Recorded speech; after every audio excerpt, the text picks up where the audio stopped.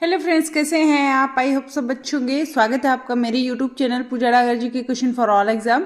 आज करेंगे संविधान के अनुच्छेद एमसीक्यू क्वेश्चन आंसर रहेंगे। मोस्ट इंपॉर्टेंट 50+ क्वेश्चन आंसर मैंने सिलेक्टेड क्वेश्चन आंसर इसमें लिए हैं, तो प्लीज वीडियो में एंड तक जुड़े रहें।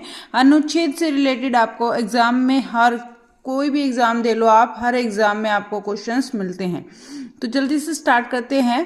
क्वेश्चन नंबर 1, संविधान सभा द्वारा अंतिम रूप से पारित संविधान में कुल कितने अनुच्छेद तथा अनुसूचियां हैं? तो संविधान जो सभा है उसके अंतिम रूप से, कौन से अंतिम रूप से पारित संविधान में कुल कितने अनुच्छेद तथा अनुसूचियां हैं? 395 अनुच्छेद, 7 अनुसूचियां, 395 अनुच्छेद, 8 अनुसूचियां, 390 अनुच्छेद, 8 अनुसूचियां या 400 अनुच्छेद, 9 अनुसूचियां। तो क्या आंसर रहेगा इसमें? इसका आंसर रहेगा बी, 395 अनुच्छेद और 8 अनुसूचियां। बी आंसर रहेगा इसका। क्वेश्चन नंबर 2 पर चलते हैं। वर्तमान समय में भारतीय संविधान में गणना की दृष्टि से कुल कितने अनुच्छेद तथा अनुसूचियां हैं? तो वर्तमान समय में जो है भारतीय संविधान में गणना की दृष्टि से कुल कितने अनुच्छेद और अनुसूचियां हैं? तो 395 अनुच्छेद और 12 अनुसूचियां, या 395 अनुच्छेद 8 अनुसूचियां, या 400 अनुच्छेद 9 अनुसूचियां, या 380 अनुच्छेद 10 अनुसूचियां। तो इसका आंसर रहेगा 395 अनुच्छेद और 12 अनुसूचियां। ठीक है फ्रेंड्स, ये हमारे 2 क्वेश्चन हो चुके हैं। क्वेश्चन नंबर 3 पर चलते हैं। उससे पहले अगर क्वेश्चन अच्छे लगे तो प्लीज़ वीडियो को लाइक कर दीजिए और ज़्यादा से ज़्यादा शेयर भी कर दीजिए।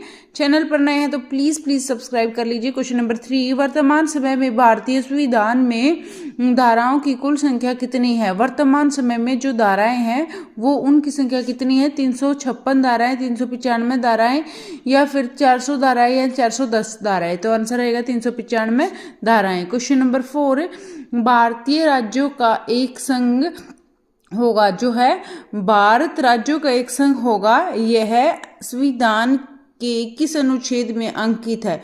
तो कौन से अनुच्छेद में अंकित है? अनुच्छेद 1, अनुच्छेद 2, अनुच्छेद 3, अनुच्छेद 5, अनुच्छेद 12। तो भारत राज्यों का एक संघ होगा, ये कौन से अनुच्छेद में है? अनुच्छेद 1 में। कौन से में? अनुच्छेद 1 में। और अनुच्छेद 1 से 4 जो होते हैं उसमें उसको बोलते हैं भाग 1। अनुच्छेद 1 से 4 भाग 1 होता है हमारा। आगे चलते हैं। क्वेश्चन नंबर 5 पर, भारतीय संविधान के किन अनुच्छेदों में नागरिकता संबंधी प्रावधान है? तो नागरिकता संबंधी प्रावधान है तो कौन से अनुच्छेदों में है? अनुच्छेद 12 से, अनुच्छेद 2 से 12, अनुच्छेद 10 से 20, या अनुच्छेद 1 से 11, या अनुच्छेद 5 से 11। तो 1 से 4 के बीच में तो नहीं है, इसका आंसर रहेगा हमारा 5 से 11 के बीच में जो नागरिकता संबंधी प्रावधान दिए गए हैं। अनुच्छेद 5 से 11 के बीच में नागरिकता संबंधी अनुच्छेद प्रावधान दिए गए हैं। आगे चलते हैं। क्वेश्चन नंबर 6 पर, भारतीय संविधान के किस अनुच्छेद में, और जो ये है 5 से 11 के बीच में भाग 2 रहेगा। कितना रहेगा? भाग 2। और 1 से 4 के बीच, अनुच्छेद के बीच भाग 1 बोलेंगे उसको। आगे चलते हैं। भारतीय संविधान के किस अनुच्छेद में नागरिकों को मूल अधिकार निश्चितता प्रदान करता है? तो कौन प्रदान करता है? अनुच्छेद 12 से 35 तक, अनुच्छेद 12 से 30 तक, अनुच्छेद 30 से 45 तक, अनुच्छेद 40 से 45 तक। तो क्या इसका आंसर रहेगा? भारतीय संविधान के किस अनुच्छेद में नागरिकों को मूल अधिकार निश्चित, जो नागरिकों के मूल अधिकार हैं, तो कौन से अनुच्छेदों में आ गए? ये आ गए हमारे 12 से 35 के बीच में आ गए। और 5 से 11 के बीच में हमारे कौन से थे? नागरिकता संबंधी प्रावधान थे, और इसमें मूल अधिकार निश्चित कर दिए गए अनुच्छेद 12 से 35 के बीच में। ठीक है फ्रेंड्स, आगे चलते क्वेश्चन नंबर 7 पर, संविधान के कौन से अनुच्छेद में नौकरियों तथा शैक्षिक संस्थाओं में समाज के कमजोर वर्ग के लिए आरक्षण उपलब्ध कराने के लिए प्रावधान है? तो आरक्षण उपलब्ध कराने के लिए कौन से अनुच्छेद में प्रावधान है? अनुच्छेद 35, अनुच्छेद 40, अनुच्छेद 16, अनुच्छेद 12। तो अनुच्छेद 16 में ऐसा दिया गया है कि जो है संविधान के अनुच्छेद 16 में नौकरियों और शैक्षिक संस्थाओं में समाज के कमजोर वर्ग के, जो समाज में कमजोर वर्ग हैं, उनके लिए आरक्षण उपलब्ध कराने के लिए प्रावधान दिए गए अनुच्छेद 16 में। ठीक ठीक है फ्रेंड्स, ये अपने 7 क्वेश्चन हो चुके हैं। अगर क्वेश्चन अच्छे लगे तो प्लीज़ वीडियो को लाइक कर दीजिए। क्वेश्चन नंबर 8 पर चलते हैं और ज़्यादा से ज़्यादा शेयर करें प्लीज़। क्वेश्चन नंबर 8, भारतीय संविधान का कौन सा अनुच्छेद अस्पृश्यता का उन्मूलन करता है? ठीक है, तथा किसी भी रूप में इसके आचरण का निषेध करता है। किसी भी रूप में इसके आचरण का निषेध करता है। जो भारत का संविधान है उसमें ऐसा अनुच्छेद कौन सा है जिसमें अस्पृश्यता का उन्मूलन किया जाता है, यानी उसको गलत माना जाता है कि अस्पृश्यता गलत चीज है। तो ऐसा कौन से अनुच्छेद में कहा गया है? अनुच्छेद 17 में। कौन से? अनुच्छेद 17 में। ये आ गया हमारा 8th क्वेश्चन। उसके बाद चलते हैं नेक्स्ट क्वेश्चन पर, 9 क्वेश्चन।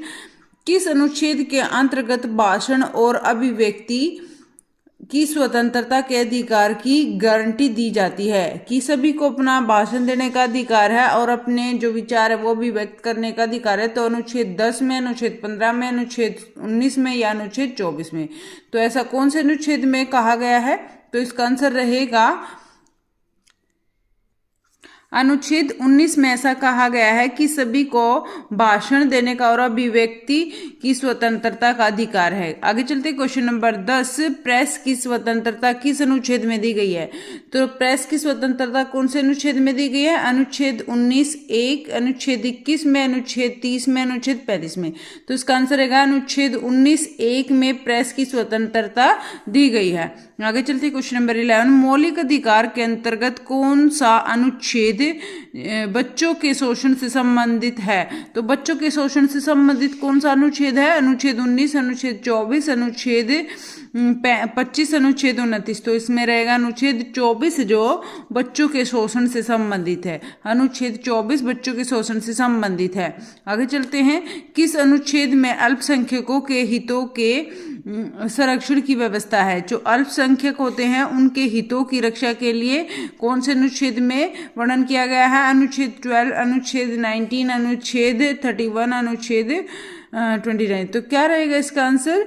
कौन से अनुच्छेद में ऐसा कहा गया है? तो अनुच्छेद 29 में ऐसा बोला गया है कि जो अल्पसंख्यकों है उनके हितों की संरक्षण की व्यवस्था की गई है अनुच्छेद 29 में। ठीक है फ्रेंड्स, ये हमारे 12 क्वेश्चन हो चुके हैं। अगर क्वेश्चन अच्छे लगे तो प्लीज़ वीडियो को एक लाइक कर दीजिए और ज़्यादा से ज़्यादा शेयर कर दीजिए। चैनल पर नए हैं तो प्लीज़ सब्सक्राइब कर लीजिए चैनल। क्वेश्चन नंबर 13, कौन सा अनुच्छेद भारत का सर्वोच्च न्यायालय नागरिकों के मौलिक अधिकारों की रक्षा करता है? ऐसा कौन सा अनुच्छेद है जो भारत का सर्वोच्च न्यायालय नागरिकों के मौलिक अधिकारों की रक्षा करता है? अनुच्छेद 32, अनुच्छेद 40 या फिर अनुच्छेद 42 या अनुच्छेद 55? तो इसका क्या आंसर रहेगा? क्वेश्चन नंबर 13 का हमारा रहेगा अनुच्छेद 32। अनुच्छेद 32 में जो है भारत का सर्वोच्च न्यायालय नागरिकों के मौलिक अधिकारों की रक्षा करता है। सर्वोच्च न्यायालय मौलिक अधिकारों की रक्षा करता है नागरिकों के। ये हो गए हमारे 13 क्वेश्चन। 14 क्वेश्चन देख लेते हैं। भारतीय संविधान के अंतर्गत कल्याणकारी राज्य की अवधारणा निम्नलिखित में से किस अनुच्छेद में वर्णित है? तो कल्याणकारी राज्य की जो है कल्याणकारी राज्य की अवधारणा कौन से अनुच्छेद में वर्णित है? अनुच्छेद 17, अनुच्छेद 39, अनुच्छेद 70, अनुच्छेद 76।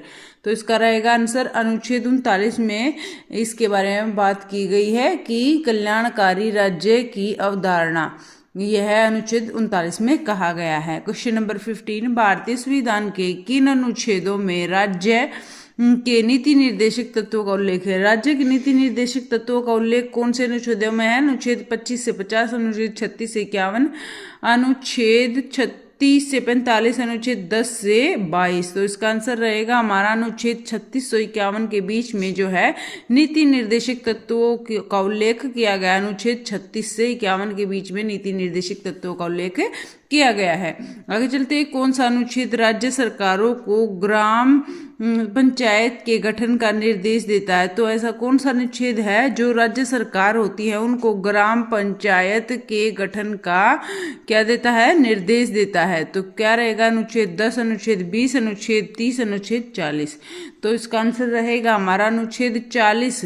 अनुच्छेद जो 40 है वो ग्राम पंचायत के गठन का निर्देश देता है राज्य सरकार को। आगे चलते हैं क्वेश्चन नंबर 17। 42वें संशोधन द्वारा संविधान के किस अनुच्छेद को मौलिक कर्तव्यों से जोड़ा गया? तो कब जोड़ा गया? तो 42वें संशोधन द्वारा संविधान के किस अनुच्छेद में मौलिक कर्तव्यों को जोड़ा गया? तो मौलिक कर्तव्यों को किस अनुच्छेद में जोड़ा गया? ये रहेगा अनुच्छेद 51A, अनुच्छेद 51, अनुच्छेद 29B, अनुच्छेद 39C।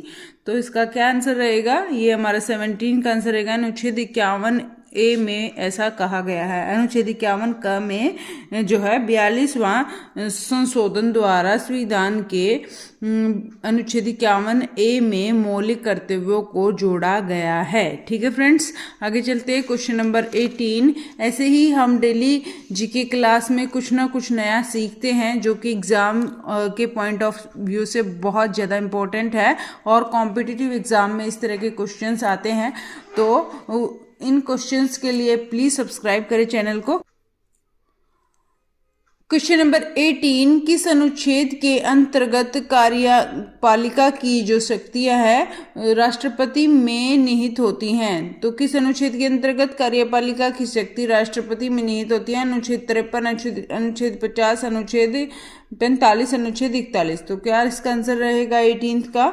18 का आंसर रहेगा अनुच्छेद 53 में जो है, अनुच्छेद 53 में कार्यपालिका की शक्ति राष्ट्रपति में निहित होती है। आगे चलते हैं क्वेश्चन नंबर 19। भारतीय संविधान का कौन सा अनुच्छेद राष्ट्रपति के पद के लिए पुनः निर्वाचन की योग्यताएं निर्धारित करता है?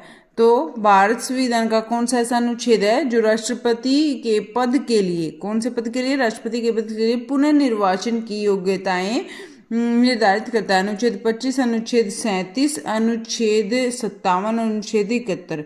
तो क्या इसका आंसर रहेगा? 19th का आंसर रहेगा अनुच्छेद 57। कौन से अनुच्छेद में? अनुच्छेद 57 में जो है भारत संविधान का अनुच्छेद 57 राष्ट्रपति के पद के लिए पुनः निर्वाचन की योग्यताएं निर्धारित करता है, अनुच्छेद 57। आगे चलते हैं 20 क्वेश्चन। किस अनुच्छेद के अंतर्गत भारत के राष्ट्रपति पर महाभियोग चलाया जा सकता है? तो ऐसा कौन सा अनुच्छेद है जिसके अंतर्गत भारत के राष्ट्रपति पर महाभियोग चलाया जा सकता है? किस अनुच्छेद के अंतर्गत भारत के राष्ट्रपति पर महाभियोग चलाया जा सकता है? तो कौन से अनुच्छेद के अंतर्गत जो भारत का राष्ट्रपति उस पर महाभियोग चलाया जा सकता है? अनुच्छेद 43, अनुच्छेद 58, अनुच्छेद 61, अनुच्छेद 74। तो क्या इसका आंसर रहेगा? 20 का आंसर रहेगा अनुच्छेद 61 के तहत, अनुच्छेद कौन से? 61 के तहत राष्ट्रपति पर महाभियोग चलाया जा सकता है। ठीक है, क्वेश्चन नंबर 21। संविधान के किस अनुच्छेद में उपराष्ट्रपति पद का प्रावधान किया गया है? तो कौन सा ऐसा अनुच्छेद है जिसमें उपराष्ट्रपति पद का प्रावधान किया गया है?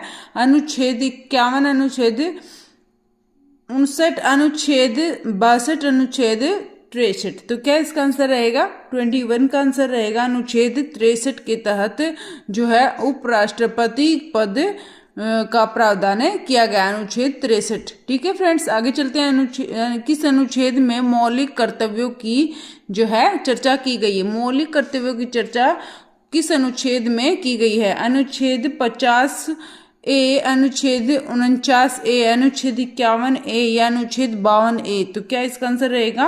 अनुच्छेद जो 51A है उसमें मौलिक कर्तव्यों, कौन से? 51A में मौलिक कर्तव्यों की चर्चा की गई है। ये हो गए हमारे 22 क्वेश्चन। फ्रेंड, अगर क्वेश्चन अच्छे लग रहे हैं तो प्लीज वीडियो को एक लाइक कर दीजिए और शेयर, ज्यादा से ज्यादा शेयर कर दीजिए।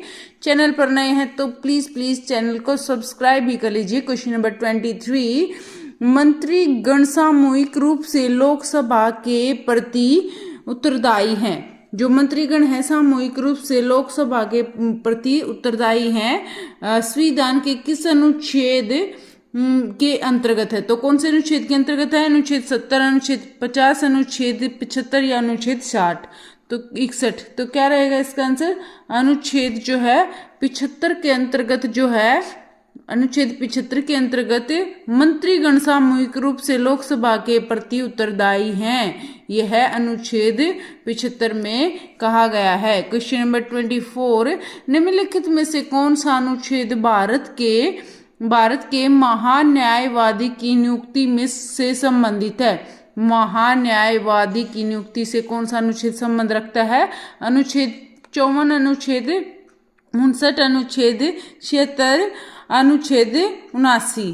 तो क्या इसका आंसर रहेगा? अनुच्छेद 76 में जो है यह कहा गया है किसके बारे में? महान्यायवादी की नियुक्ति से संबंधित अनुच्छेद 76 में कहा गया है। अनुच्छेद 76 में कहा गया है। और मंत्रीगण के लिए अनुच्छेद 75 में कहा गया है। महान्यायवाद के लिए अनुच्छेद 76 में कहा गया है। आगे चलते हैं। क्वेश्चन नंबर 25, संविधान के किस अनुच्छेद के तहत राष्ट्रपति लोकसभा को भंग कर सकता है? तो कौन सा ऐसा अनुच्छेद है जिसके तहत जो राष्ट्रपति है वह लोकसभा को भंग कर सकता है?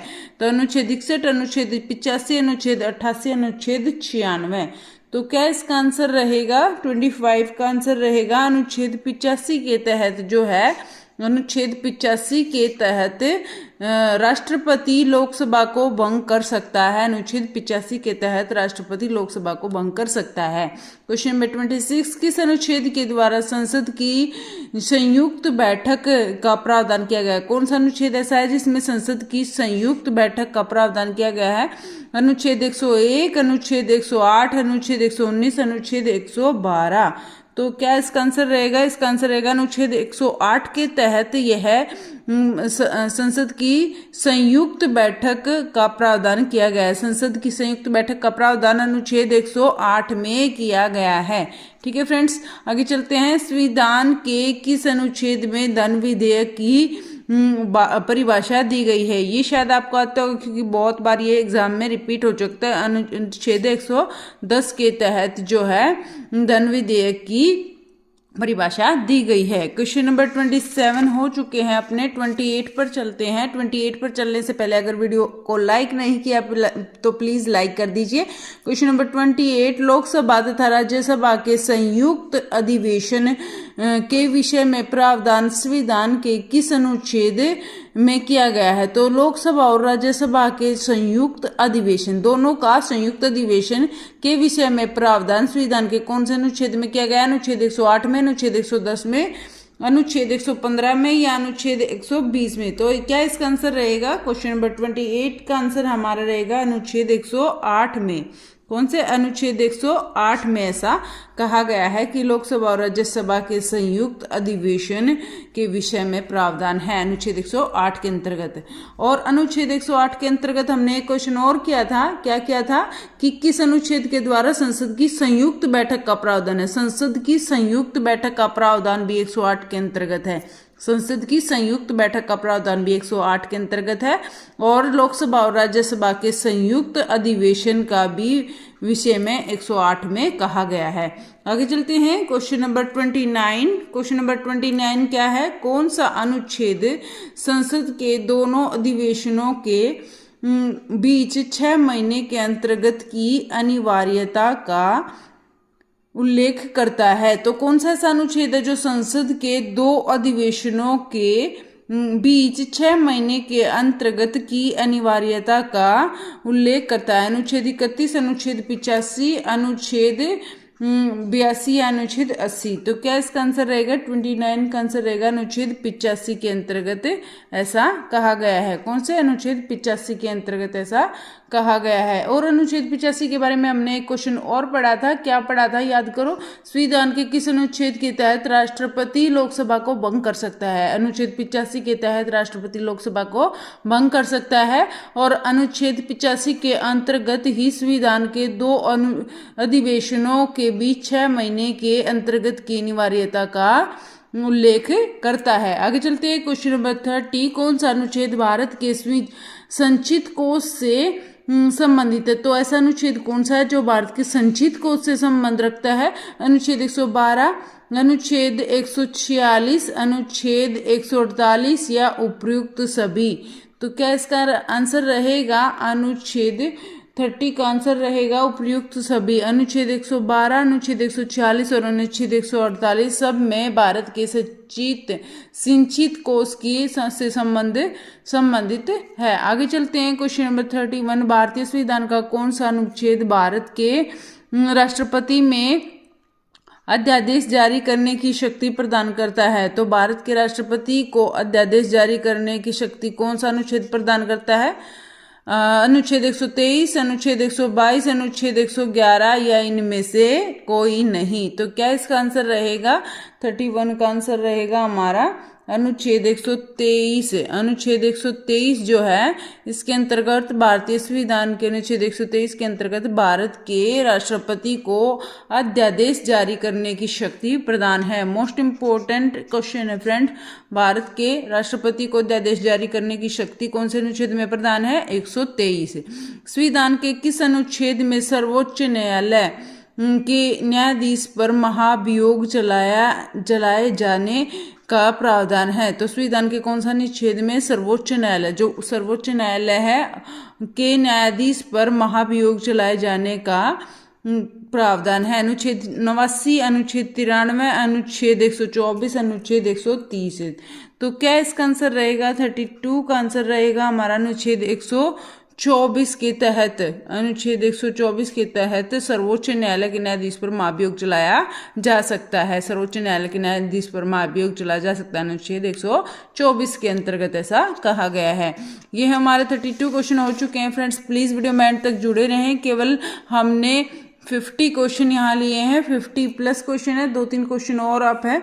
क्वेश्चन नंबर 33, संविधान के किस अनुच्छेद में सर्वोच्च न्यायालय अपने द्वारा सुनाए गए किसी निर्णय या आदेश का पुनरावलोकन कर सकता है? तो ऐसा कौन सा अनुच्छेद ऐसा है जिसके अंतर्गत जो सर्वोच्च न्यायालय है अपना जो सुनाया गया फैसला है उस पर पुनरावलोकन कर सकता है? तो दोबारा से विचार कर सकता है। अनुच्छेद 131, अनुच्छेद 137 या अनुच्छेद 149, अनुच्छेद 150। तो 137 के तहत जो है सर्वोच्च न्यायालय के न्यायालय अपने सुनाए गए किसी आदेश का पुनरावलोकन कर सकता है। आगे चलते हैं क्वेश्चन नंबर 34। राष्ट्रपति सर्वोच्च न्यायालय से संविधान के किस अनुच्छेद के अंतर्गत परामर्श ले सकता है? जो राष्ट्रपति है वो सर्वोच्च न्यायालय से संविधान के किस अनुच्छेद के अंतर्गत परामर्श ले सकता है? कौन? राष्ट्रपति सर्वोच्च न्यायालय के अनुच्छेद 139, अनुच्छेद 143, अनुच्छेद 159, अनुच्छेद 160। तो क्या इसका आंसर रहेगा हमारा? 34 का आंसर रहेगा अनुच्छेद 143 के तहत। ठीक है, राष्ट्रपति सर्वोच्च न्यायालय से संविधान के अनुच्छेद 143 के अंतर्गत परामर्श ले सकता है। ठीक है फ्रेंड्स, आगे चलते हैं 35 क्वेश्चन।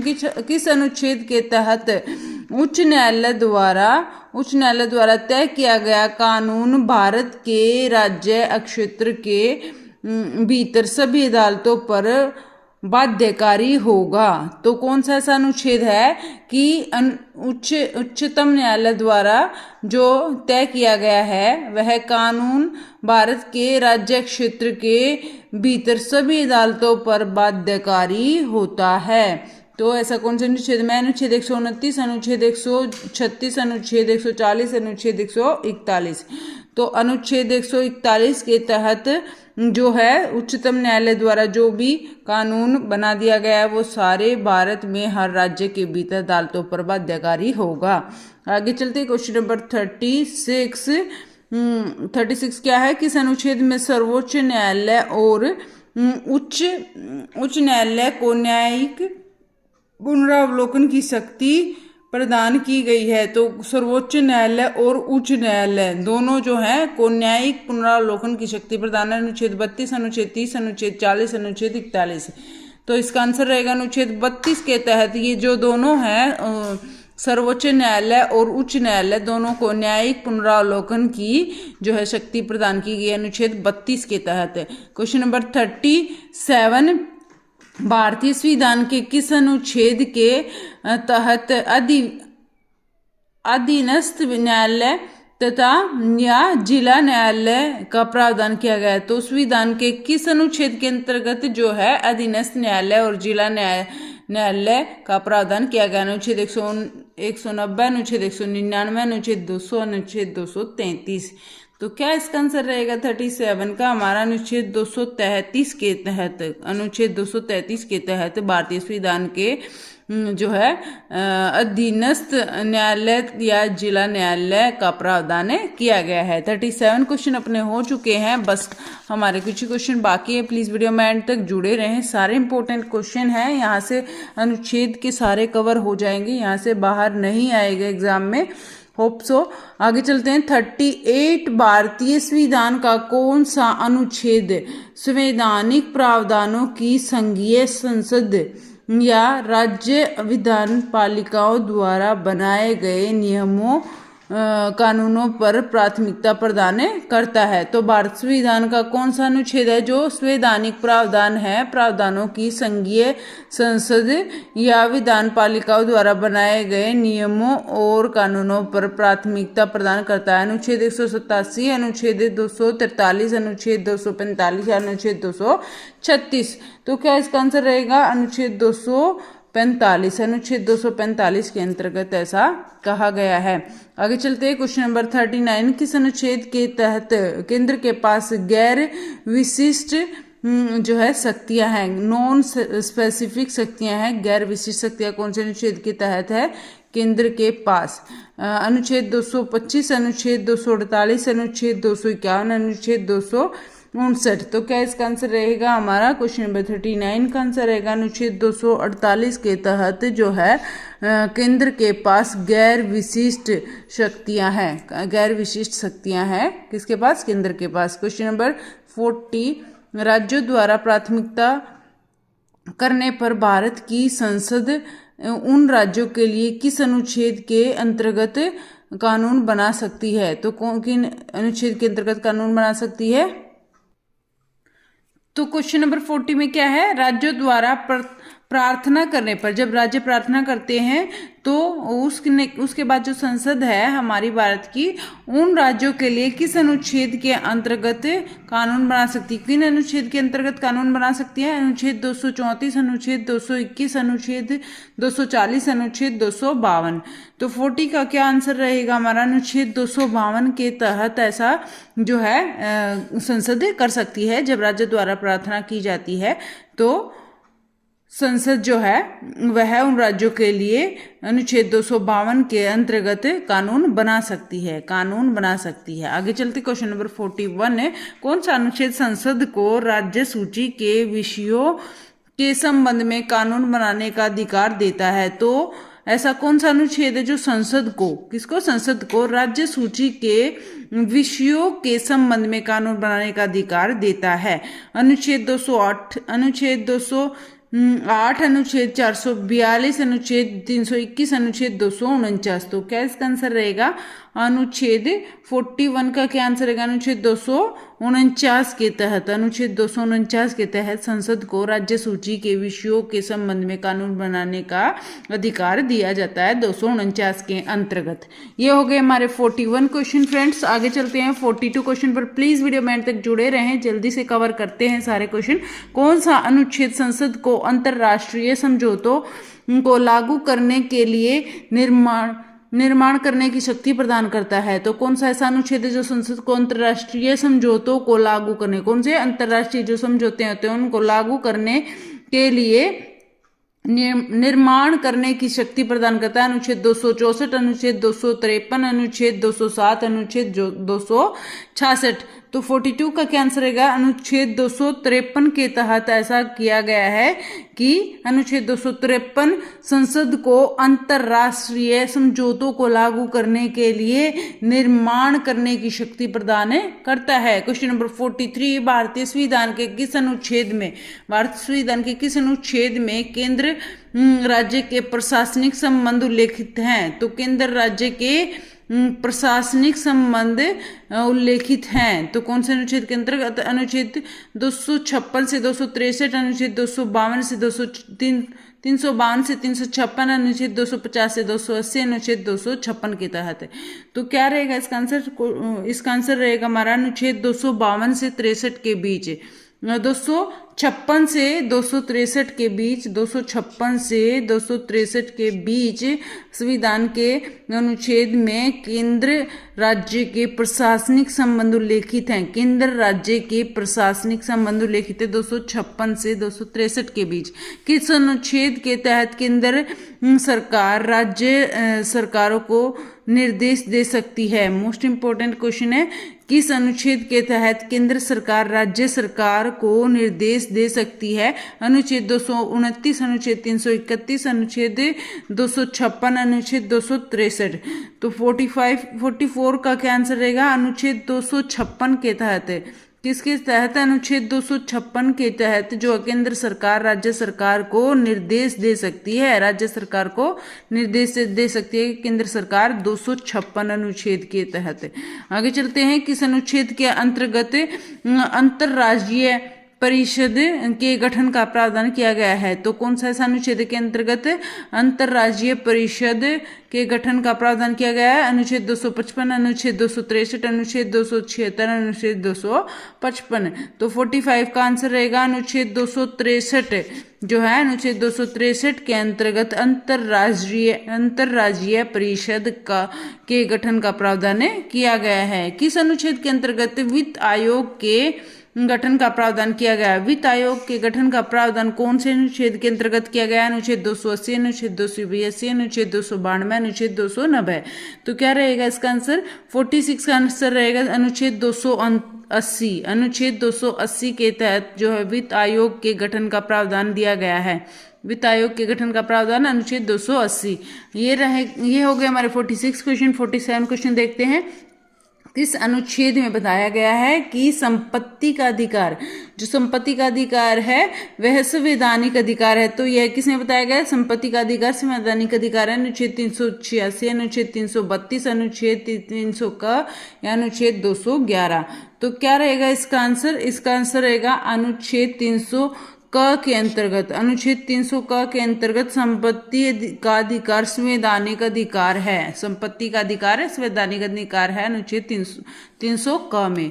क्वेश्चन नंबर 48, भारतीय संविधान का कौन सा अनुच्छेद नई अखिल भारतीय सेवा की स्थापना का प्रावधान करता है? तो ऐसा कौन सा अनुच्छेद है संविधान का जो नई अखिल भारतीय सेवा की स्थापना का प्रावधान करता है? अनुच्छेद 306, अनुच्छेद 312, अनुच्छेद 298, अनुच्छेद 211। तो इसका क्या आंसर रहेगा?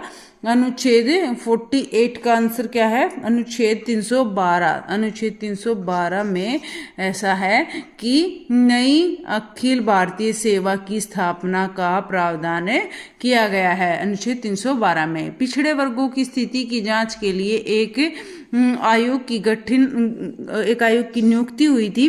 किसके लिए? पिछड़े वर्गों की स्थिति की जांच के लिए एक आयोग की नियुक्ति हुई थी। किस अनुच्छेद में दिया गया है? अनुच्छेद 343, अनुच्छेद 340, अनुच्छेद 356, अनुच्छेद 312। तो इसका रहेगा हमारा आंसर अनुच्छेद 343 के अंतर्गत जो है यह दिया गया है कि पिछड़े वर्गों की स्थिति की जांच के लिए एक आयोग की नियुक्ति की जाए 343 के बीच। संघ की राज्य भाषा का प्रावधान किस अनुच्छेद में दिया गया? संघ की जो है राज्य भाषा का प्रावधान कौन से अनुच्छेद में दिया गया है? अनुच्छेद 342, अनुच्छेद 343, अनुच्छेद 312, अनुच्छेद 356। तो किसके तहत? अनुच्छेद 352 के तहत ऐसा कहा गया है। क्या कहा गया है? अनुच्छेद 50 का क्या आंसर रहेगा हमारा? अनुच्छेद ये संघ की जो राज्य भाषा का प्रावधान है किस अनुच्छेद में दिया गया है? अनुच्छेद 343 में यह दिया गया है फ्रेंड्स। कौन से अनुच्छेद? अनुच्छेद 343 में। और जो पिछड़े वर्गों की स्थिति की जांच के लिए एक आयोग की नियुक्ति कौन से अनुच्छेद में? 343 में नहीं, इसका आंसर रहेगा 340 के तहत, ठीक है, पिछड़े वर्गों की स्थिति की जांच के लिए एक आयोग की नियुक्ति अनुच्छेद 340 में दिया गया है। और संघ की राज्य भाषा का प्रावधान, संघ की राज्य भाषा का प्रावधान अनुच्छेद 343 में दिया गया है। ठीक है फ्रेंड्स, सॉरी, यहाँ पे क्वेश्चन नंबर 51, आपातकाल की उद्घोषणा राष्ट्रपति आपातकाल के बारे में किस अनुच्छेद में दिया गया है। जो आपातकाल है उसकी घोषणा की जाती है अनुच्छेद 352, अनुच्छेद 356, अनुच्छेद 360, अनुच्छेद 363। तो इसका आंसर रहेगा 51 का अनुच्छेद 352 के अंतर्गत। ठीक है, आपातकाल की उद्घोषणा जो है कि इसके बारे में अनुच्छेद 352 के अंतर्गत बताया गया है। क्वेश्चन नंबर 53, निम्नलिखित में से किस अनुच्छेद में राज्यों में संवैधानिक तंत्र की विफलताओं के मामले में प्रावधान जो है राष्ट्रपति शासन लिखा गया है। तो किसके अंतर्गत? अनुच्छेद 352, अनुच्छेद 356, अनुच्छेद 363, अनुच्छेद 365। तो क्या रहेगा इसका आंसर?